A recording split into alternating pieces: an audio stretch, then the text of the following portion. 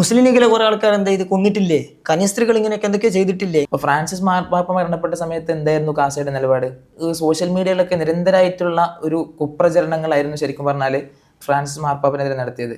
ബ്രിട്ടീഷുകാരോട് ചെയ്ത് നേടിയെടുത്തതുപോലെ ആർ എസിനോടും ഹിന്ദുത്വയോടും ചേർന്ന് നിന്നുകൊണ്ട് നമുക്ക് കുറെ കാര്യങ്ങൾ നേടിയെടുക്കാൻ കഴിയുമെന്ന ഒരു വ്യാമോഹത്താലാണ് അവർ ഇത്തരത്തിലുള്ള പ്രവർത്തനം ചെയ്യുന്നത്.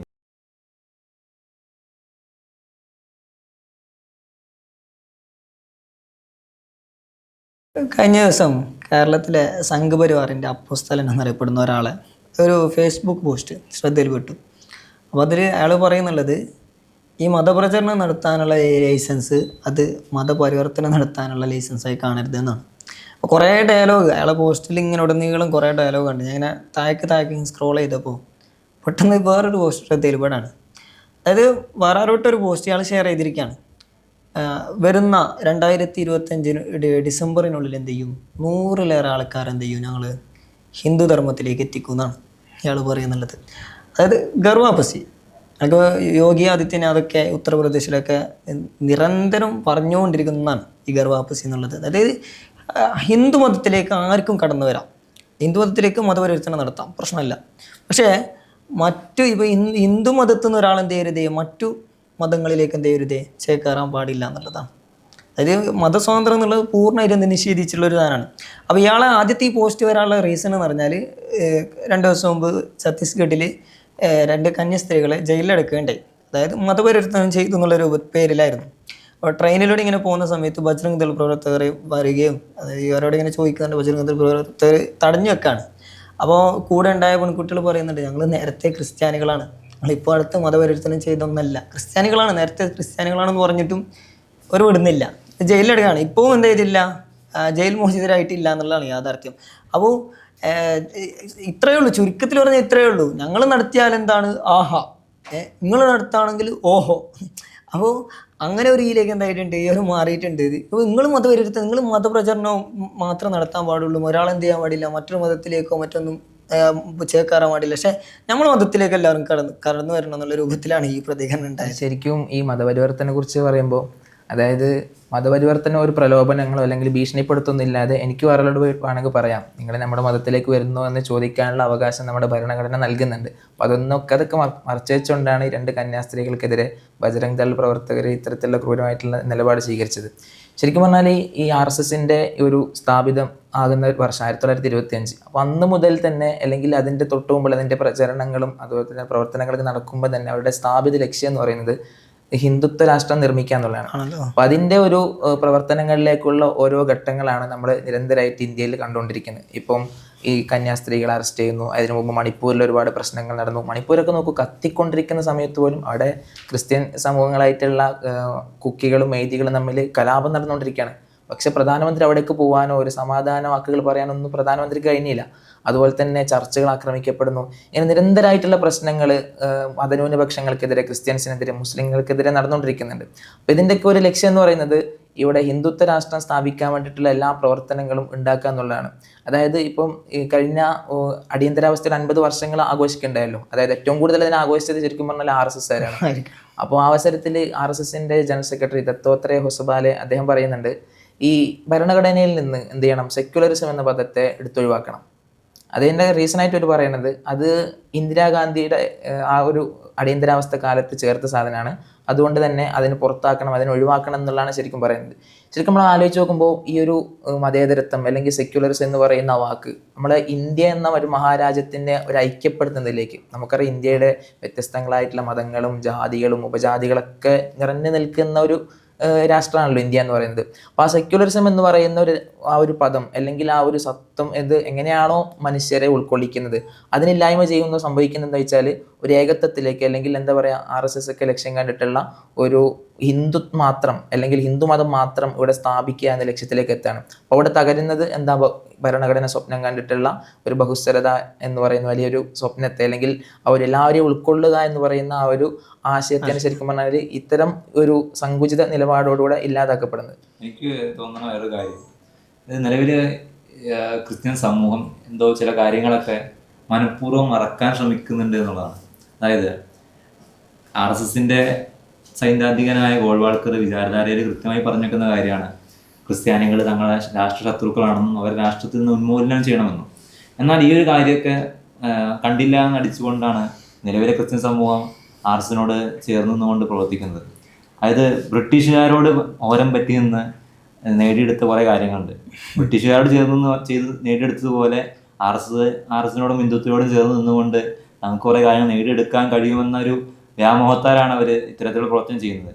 യഥാർത്ഥത്തിൽ നൂറ്റാണ്ടുകളായിട്ട് ഒരു നൂറ്റാണ്ടോളം കഴിഞ്ഞൊരു നൂറ്റാണ്ട് കാലത്തോളം അവരോട് ശത്രുത കൃത്യമായി പരസ്യപ്പെടുത്തുകയും അത് എഴുതിയും പ്രചരിപ്പിച്ചും ആഘോഷിച്ചു നടന്ന ഒരു സമൂഹത്തെ അവരോട് പ്രീണിപ്പിച്ചുകൊണ്ട് എന്തൊക്കെ നേടിയെടുക്കാമെന്ന തെരഞ്ഞെടുപ്പ് ലക്ഷ്യങ്ങളിലൊക്കെ കണ്ടുകൊണ്ടുള്ള നേടിയെടുക്കാമെന്ന ആഗ്രഹങ്ങൾ അത് വെറും വ്യാമോഹം മാത്രമായിട്ട് മാറുന്നു എന്നതാണ് നിലവിലെ ഇന്ത്യൻ സാഹചര്യം നമുക്ക് മനസ്സിലാക്കി തരുന്നത്.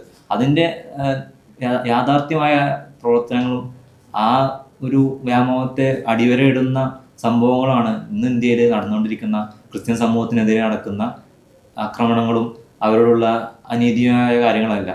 നമ്മൾ ഈ ക്രിസ്ത്യൻ സമൂഹത്തിനെതിരെ നടക്കുന്നതെന്ന് പറയുമ്പോൾ ഈ വാജ്പേയിൻ്റെ കാലത്ത് ഈ ഓസ്ട്രേലിയയിൽ നിന്നുന്ന ഒരു സംഘം, ഗ്രാഹാം സ്റ്റേ എന്ന് പറയുന്ന ഒരാൾ, അവരൊരു ഫാമിലിയും ഇവിടേക്ക് ഇന്ത്യക്ക് വരുന്നുണ്ട്.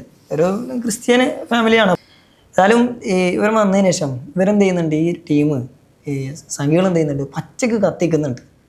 രാജ്യത്തുടനീളം പ്രതിഷേധങ്ങൾ ഉണ്ടാകുന്നുണ്ട്. മുസ്ലിങ്ങൾ പ്രതികരിക്കുന്നുണ്ട്, ക്രിസ്ത്യൻസ് പ്രതികരിക്കുന്നുണ്ട്, ന്യൂനപക്ഷങ്ങളൊക്കെ പ്രതികരിക്കുകയാണ്.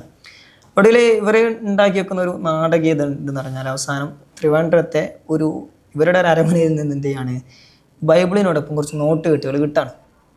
അപ്പോൾ അതോടെ അതിന് വേറെ രൂപത്തിലുള്ള അർത്ഥം വന്നു. അപ്പോൾ ഈ സിറിയൻ സഭകളൊക്കെ എന്താണ് ഇന്ന് പിന്മാറാണ്. ഇത്രേ ഉള്ളൂ ഇവരുടെ താല്പര്യം, ഇത്രേ ഉള്ളൂ ഇതിനോടൊക്കെ. മറ്റൊന്ന് നമുക്ക് ഈ സ്റ്റാൻ സ്വാമീനെ അറിയായിരിക്കും. അത് ക്രിസ്ത്യൻ സഭകളുടെ വലിയ നേതാവായിരുന്നു, ഈശോ സഭയുടെയൊക്കെ.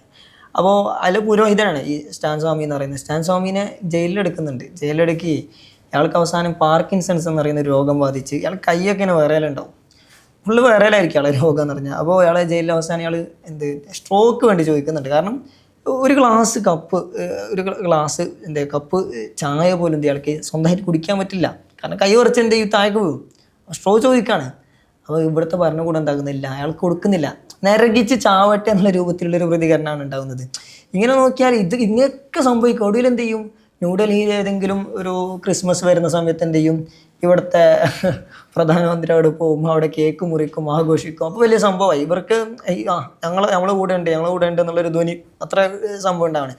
ഇനി അതേ സമയത്ത് എപ്പോൾ ഇവർക്ക് സപ്പോർട്ട് എന്ന് അറിയുന്ന ടീമാരാണ്, ഞങ്ങളാണ് നിങ്ങളുടെ കൂടെ ഉണ്ടെന്ന് അറിയുന്ന ടീമാണെങ്കിൽ ഈ കാസയെ പോലുള്ള ആൾക്കാർ. ഈ കാസേൻ്റെയൊക്കെ ശരിക്കും തനി സ്വഭാവം നമ്മൾ കണ്ടറിഞ്ഞാണ്. കഴിഞ്ഞ ദിവസങ്ങളിലൊക്കെ വ്യത്യസ്ത സംഭവങ്ങളിൽ കാസേൻ്റെ തനി സ്വഭാവം. ഞാനൊരു ഉദാഹരണം പറയാം. ഇപ്പോൾ ഈ ഒരു വിഷയത്തിൽ പ്രതികരിക്കുമ്പോൾ കന്യസ്ത്രീകൾ എന്ന് പറഞ്ഞാൽ ക്രിസ്ത്യൻസ് ആണല്ലോ. സ്വാഭാവികമായിട്ട് ക്രിസ്ത്യൻസിന് മറ്റു സഹോദര മതസ്ഥരിൽ നിന്ന് സപ്പോർട്ട് കിട്ടുമ്പോൾ സ്വാഭാവികമായിട്ട് എന്ത് ചെയ്യും, ആ സപ്പോർട്ട് എന്ത് ചെയ്യും, ഈ ഒരു പ്രവർത്തനത്തിന് വേണ്ടി എങ്ങനെയെങ്കിലും കന്യസ്ത്രീകളെ മോചിപ്പിക്കണം എന്ന് അറിഞ്ഞിട്ടല്ലേ പ്രതികരിക്കാറുണ്ടാവാം. പക്ഷേ കാസ കാണിക്കുന്ന സ്വഭാവം എന്ന് പറഞ്ഞാൽ രണ്ട് മതത്തിൽപ്പെട്ട ഒന്ന് BJPയുടെ രാജീവ് ചന്ദ്രശേഖരൻ എന്ത് ചെയ്യുന്നുണ്ട്, പ്രതികരിക്കുന്നുണ്ട്, നിങ്ങളോടുകൂടെ ഞങ്ങളുണ്ട് എന്നുള്ള രൂപത്തിൽ. മറ്റൊരു മറുസ്ഥാനത്ത് സ്വാധികരിതങ്ങൾ, മുസ്ലിം ലീഗിൻ്റെ നേതാവ് സ്വാധികരിതങ്ങൾ പ്രതികരിക്കുന്നുണ്ട്. ആ മുസ്ലിം ലീഗിൻ്റെ നേതാവ് നടത്തിയ പ്രതികരണത്തോട് കാസ പുലർത്തുന്ന പ്രതികരണം എന്ന് പറയുന്നത്, മുസ്ലിം ലീഗിലെ കുറേ ആൾക്കാർ എന്ത് ചെയ്ത് കൊന്നിട്ടില്ലേ, നിങ്ങൾക്ക് കന്യസ്ത്രീകൾ ഇങ്ങനെയൊക്കെ എന്തൊക്കെയോ ചെയ്തിട്ടില്ലേ, ഇങ്ങനെയൊക്കെ ആക്കിയിട്ടില്ലേ, അതൊന്നും അപ്പോൾ എന്തുകൊണ്ടാണ് നിങ്ങൾ പ്രതികരിക്കാത്ത രൂപത്തിലാണ്. അതേസമയത്ത് BJPയുടെ രാജീവ് ചന്ദ്രശേഖരൻ പറയുന്നുള്ള സ്ഥാനത്ത് അവിടെ അതിനുള്ള പ്രതികരണം എന്താണ്, BJP ഞങ്ങളുടെ കൂടെ ഉണ്ട് എന്നുള്ള രൂപത്തിലാണ്. ശരിക്കും കറക്റ്റ് ഇതിന് പിന്നിലേക്കും ക്രിസംഖികളാണെന്ന് തെളിയിക്കുന്ന രൂപത്തിലാണ്. ഇവിടെ ഛത്തീസ്ഗഡിൽ ആരാണ് ഇവരെ തുറങ്കലിലടിച്ചെത്തിട്ടുള്ളത്? ഇതേ ഭരണകൂടാണ്. അതേ ഭരണകൂടത്തിൻ്റെ ആൾക്കാർ പറയുമ്പോൾ അത് വിശ്വസിക്കാൻ മാത്രം. ശരിക്കും പറഞ്ഞാൽ ഈ കാസയുടെ പ്രവർത്തനം എന്ന് പറഞ്ഞാൽ ഒരു ഹിന്ദുത്വ അല്ലെങ്കിൽ സംഘപരിവാർ അജണ്ടകൾക്ക് നിരന്തരമായിട്ടും അവരെ സപ്പോർട്ട് ചെയ്യുന്ന രീതിയിലുള്ള പ്രവർത്തനങ്ങൾ, നിലപാടുകളൊക്കെ ഇടയ്ക്കിടെ ഉണ്ടായിക്കൊണ്ടിരിക്കുക. ഈ അടുത്ത് തന്നെ റീസെൻ്റ് ആയിട്ടും ഉണ്ട്, നമുക്ക് കാണാൻ വേണ്ടി പറ്റും. നിമിഷപ്രിയയുടെ കേസ്, അതായത് കാന്തപുര ഉസ്താദ് വളരെ ഉയർത്തിക്കൊണ്ടുവരികയും അവിടെ മോചനത്തിലേക്ക് എത്തുകയും ചെയ്യുന്ന ഒരു ഭയങ്കര കേരളവും അതുപോലെ തന്നെ പുറം മാധ്യമങ്ങളൊക്കെ നന്നായിട്ട് ചർച്ച ചെയ്യുന്ന അവസരത്തിൽ ഇവരുടെ ഒരു നിലപാട് നമുക്ക് കാണാൻ വേണ്ടി പറ്റും. അതായത് തൊട്ട് മുമ്പ് തന്നെ റഹീമിൻ്റെ ഒരു വിഷയം വന്നപ്പോൾ പറഞ്ഞത്, എന്തുകൊണ്ട് നിമിഷപ്രിയ ജയിലിൽ കിടക്കും, അവരെന്തുകൊണ്ട് മോചിപ്പിക്കുന്നില്ല? അപ്പം ഈ ഒരു നിമിഷപ്രിയൻ്റെ സമയത്ത് എത്തിയപ്പം എന്തിനാ വേണ്ടിയാണ് ഇവർ മോചിപ്പിക്കുന്നത്, ഇവർ കൊലപാതകം നടത്തിയ ഒരാളെ വേണ്ടിയാണ് മോചിപ്പിക്കുന്നത്. ഈ ഒരു ഇരട്ട നിലപാട്. ഇവിടെ മെയിൻ ലക്ഷ്യം എന്ന് പറഞ്ഞാൽ ഇവിടെ മുസ്ലിം അല്ലെങ്കിൽ ക്രിസ്ത്യൻ മതന്യൂനപക്ഷങ്ങൾക്കിടയിൽ വിഭാഗീയത ഉണ്ടാക്കുക. ഇതിൻ്റെ പ്രധാനപ്പെട്ട തല എന്ന് പറയുന്നത് ക്രിസംഖ്യകളാണ്. സംഘപരിവാറിന്റെ ഒരു ലക്ഷ്യമാണ് എന്ത്, മുസ്ലിങ്ങൾക്കിടയിൽ അല്ലെങ്കിൽ മത ന്യൂനപക്ഷങ്ങൾക്കിടയിൽ വിഭാഗത ഉണ്ടാക്കാനുള്ളത്. ഇത് ക്രിസ്ത്യൻ സഭകളെ ഒരു മുന്നിലേക്ക് കൊണ്ടുവരിക അല്ലെങ്കിൽ അവരുടെ സാമൂഹ്യ സാംസ്കാരിക പരിഷ്കരണ പ്രവർത്തനങ്ങൾക്ക് നേതൃത്വം കൊടുക്കുക എന്നുള്ള അതാണ് ലക്ഷ്യം എന്നുണ്ടെങ്കിൽ ഈ ഒരു നിലപാടല്ലല്ലോ ഉണ്ടാവുക. ഇപ്പം കഴിഞ്ഞ കുറച്ച് കാലം മുമ്പ് നമ്മുടെ ഫ്രാൻസിസ് മാർപ്പാപ്പ മരണപ്പെട്ടല്ലോ. അപ്പോൾ ഫ്രാൻസിസ് മാർപ്പാപ്പ മരണപ്പെട്ട സമയത്ത് എന്തായിരുന്നു കാസയുടെ നിലപാട്?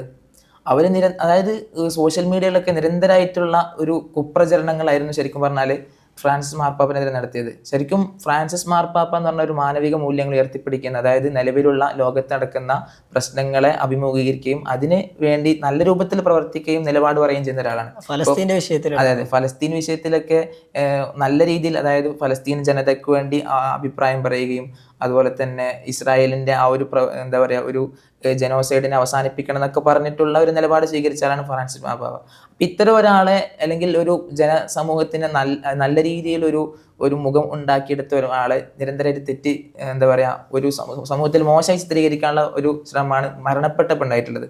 ഇവരുടെ ലക്ഷ്യം എന്ന് പറഞ്ഞാൽ ക്രിസ്ത്യൻ സമൂഹത്തിന്റെ ഒരു സാമൂഹിക സാംസ്കാരിക ഉന്നമനമൊന്നുമല്ല, മറിച്ച് സംഘികളെ അവരുടെ ഓരം ചേർന്നുകൊണ്ട് എങ്ങനെ അവർക്ക് ഒരു വെള്ളവും വളവും നൽകി കൊടുക്കുക എന്നുള്ളതാണ്. അപ്പം അത്തരം പ്രവർത്തനങ്ങളാണ് നിരന്തരം നമുക്ക് എന്ത് ചെയ്യാൻ വേണ്ടി കഴിയുക, അവരുടെ പ്രവർത്തനങ്ങൾ കാണാൻ വേണ്ടി കഴിയുക. ഇവിടെ വിഷമകരമായ ഒരു കാര്യം എന്ന് പറഞ്ഞാൽ സാധാരണ പൊതു ക്രിസ്ത്യൻ സമൂഹം ഈ കാസ പ്രചരിപ്പിക്കുന്ന ഇത്തരത്തിലുള്ള പോസ്റ്റുകളും വിദ്വേഷ പരാമർശങ്ങളൊക്കെ കണ്ടിട്ട് അവര് ഇതില് വിശ്വസിച്ചു പോയി. നമുക്ക് വേണ്ടി പ്രവർത്തിക്കുന്ന ആളുകളാണ് കാസ എന്ന ഒരു മനോഭാവത്തിൽ ഇവര് പ്രചരിപ്പിക്കുന്ന മുസ്ലിങ്ങൾക്കെതിരായ വിദ്വേഷ പരാമർശങ്ങളൊക്കെ വിശ്വസിച്ച് ഒരു നിഷ്കളങ്കരായ ഒരു ക്രിസ്ത്യൻ സമൂഹം ഒരു ഭാഗത്തുണ്ട്.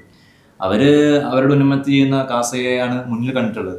യഥാർത്ഥത്തിൽ ഹിന്ദുത്വയോട് ചേർന്നുകൊണ്ട് ക്രിസ്ത്യൻ സമൂഹം അനുഭവിക്കുന്ന ഒരു അടിസ്ഥാനപരമായ ഒരു പ്രശ്നത്തിന് പോലും പരിഹാരം കാണാൻ കഴിയാത്ത കാസയെ, അത്തരത്തിലുള്ള കാസയെ വിശ്വസിച്ചുകൊണ്ട് അവർ പുറത്തുവിടുന്ന മുസ്ലിങ്ങളെ വിദ്വേഷ പരാമർശങ്ങളൊക്കെ വിശ്വസിക്കുന്ന, മുസ്ലിങ്ങൾ തെറ്റിദ്ധരിക്കപ്പെടുന്ന ഒരു സമൂഹമായിട്ട് അവരുടെ ഉള്ളിൽ മാറപ്പെടുന്നുണ്ട്. അപ്പോൾ അത്തരത്തിൽ സംഘികളോട് ചേർന്ന് നിൽക്കുന്നതുകൊണ്ട് തങ്ങൾക്കായിട്ട് ഒന്നും ചെയ്തു തരാതെ സംഘികളോട് നിന്നുകൊണ്ട് അവരെ പ്രീണിപ്പിക്കുന്ന ഈ കാസയെ മനസ്സിലാക്കാൻ ശ്രമിക്കുക എന്ന് മാത്രമാണ് പൊതു ക്രിസ്ത്യൻ സമൂഹത്തോട് നമുക്ക് പറയാനുള്ളത്. മാർട്ടിൻ ഇ മോറൽ എന്ന് പറയുന്ന ഒരു കവി, അദ്ദേഹം ഇങ്ങനെ പറയുന്നുണ്ടല്ലോ, ഞാൻ ഇപ്പോൾ അവസാനം വായിച്ചൊരു പോസ്റ്റാണ് അതിൽ. ആളിങ്ങനെ ചോദിക്കുന്നുണ്ട്, നിങ്ങൾ കമ്മ്യൂണിസ്റ്റുകളെ തേടി വന്നു, നമ്മളെ കമ്മ്യൂണിസ്റ്റുകളെ തേടി വന്നു, പക്ഷെ ഞാൻ എന്തായിരുന്നു, ഞാൻ പ്രതികരിച്ചില്ല, കാരണം ഞാൻ കമ്മ്യൂണിസ്റ്റ് ആയിരുന്നില്ല. ഇങ്ങനെ ഓരോരുത്തരെ തേടി വരുന്നുണ്ട്. അപ്പോൾ അതിനെ ഒരു ട്രോൾ രൂപത്തിൽ ഒരാളിങ്ങനെ ഒരു പോസ്റ്റ് കണ്ടായിരുന്നു. അപ്പോൾ അവസാനം ഞങ്ങൾ ക്രിസ്ത്യൻസിനെ തേടി വന്നു, പക്ഷെ ഞങ്ങൾ പ്രതികരിക്കാൻ വേണ്ടി ആരും കാസ ഉണ്ടായിരുന്നില്ല. അവസാനം ഞങ്ങൾ എല്ലാവരും കൂടി കാസയെ തേടി പോവുകയാണ്. നോക്കുമ്പോൾ കാസയിൽ എന്തില്ല, ക്രിസ്ത്യൻസ് ഇല്ല. കാസ ശരിക്കും എന്തായിരുന്നു, ക്രിസ്സംഖികളായിരുന്നു എന്നുള്ളത്. അപ്പോൾ അത് ഒരു യാഥാർത്ഥ്യമാണ്. കാരണം കാസയെ സംബന്ധിച്ചിടത്തോളം ക്രിസ്ത്യൻസിന് കൊടുക്കുന്നതിനേക്കാളും പ്രിയോറിറ്റി ആർക്ക് കൊടുക്കുകയാണ്, ഈ സംഘികൾക്ക് കൊടുക്കുകയാണ്. കാരണം സംഘികൾക്കൊന്നും പറ്റില്ല, അത് വെള്ളപൂശാനുള്ള എല്ലാ തന്ത്രപാടും എന്ത് ചെയ്യുന്നുണ്ട്, കാസ ചെയ്യുന്നുണ്ട്. അതേസമയത്ത് ഒന്നുമില്ലെന്നെങ്കിൽ ഇങ്ങനെ ഒരു കന്യാസ്ത്രീക്ക് ഇങ്ങനെ ഒരു സംഭവം സംഭവിക്കുമ്പോൾ സ്വാഭാവികമായിട്ടും മറ്റു മതസ്ഥർ കാണിക്കുന്നതിനോട് അതിനോടൊരു ദയ കാണിക്കുമല്ലോ, അതിനോടൊരു കൂറ് പുലർത്തല്ലോ. അതിന് പകരം എന്ത് ചെയ്യാണ്, ഇവിടെ വെള്ളപൂശാനുള്ള എല്ലാ ശ്രമങ്ങളാണ്. ശരിക്കും പറഞ്ഞാൽ ഈ തെരഞ്ഞെടുപ്പുകൾ വരുമ്പോൾ അരമനകളിൽ പോയിട്ട് BJP-ക്കാർ അവിടെ തൊഴുതു വാഴുകയും അല്ലെങ്കിൽ അവരെ ഒന്ന് മയത്തിൽ സംസാരിക്കുകയും ചെയ്തതോടുകൂടി തന്നെ ഇവരെ നമ്മുടേതാണ് എന്ന് തെറ്റിദ്ധരിച്ചു പോകുന്ന ക്രിസ്ത്യൻ സമൂഹം ശരിക്കും നിലവിൽ എന്താണ് ഇന്ത്യയിൽ നടന്നുകൊണ്ടിരിക്കുന്നത്, എന്താണ് സംഘികളുടെ യഥാർത്ഥത്തിലുള്ള ലക്ഷ്യം, അവരുടെ മാനിഫെസ്റ്റോ എന്താണെന്ന് കൃത്യമായി മനസ്സിലാക്കുമ്പോൾ നമുക്ക് മനസ്സിലാക്കാൻ വേണ്ടി പറ്റും എന്താണ് നമ്മളിപ്പോൾ അനുഭവിച്ചു കൊണ്ടിരിക്കുന്നത്. ആ അനുഭവങ്ങളിൽ നിന്ന് പാഠം ഉൾക്കൊണ്ട് പ്രവർത്തിക്കുമ്പോൾ മാത്രമാണ് എന്താണ് കാസ ചെയ്യുന്നത്, കാസ ശരിക്കും ക്രിസ്ത്യൻസിന് വേണ്ടിയാണ് പ്രവർത്തിക്കുന്നത് അല്ല സംഘികൾക്ക് വേണ്ടിയാണ് പ്രവർത്തിക്കുന്നത് കൃത്യമായിട്ട് നമുക്ക് വേർതിരിച്ച് കാണാൻ പറ്റും. ആ ഒരു വേർതിരിവിലൂടെ നമ്മുടെ ഒരു സത്യത്തെ അല്ലെങ്കിൽ ക്രിസ്ത്യൻസിൻ്റെ ഒരു സത്യത്തെ അവർ തന്നെ മുറുകെ പിടിക്കണം എന്നാണ് നമുക്ക് പറയാനുള്ളത്. ഒരു ആശ്വാസകരമായ കാര്യം എന്ന് പറഞ്ഞാൽ ഈ ഒരു ഇൻസിഡൻറ്റിലൂടെയെങ്കിലും ക്രിസ്ത്യൻ സമൂഹം ഹിന്ദുത്വയോട് പ്രതിഷേധിക്കാൻ തുടങ്ങി എന്നുള്ളൊരു ആശ്വാസകരമാണ്. അത് മാത്രമല്ല, അതിനോടൊപ്പം എന്നിരുന്നാലും കാസയുടെ ഒരു മുഖത്തെ മനസ്സിലാക്കാൻ പൊതു ക്രിസ്ത്യൻ സമൂഹം ശ്രമിക്കേണ്ടതുണ്ട് എന്നാണ് ഓർമ്മപ്പെടുത്താനുള്ളത്.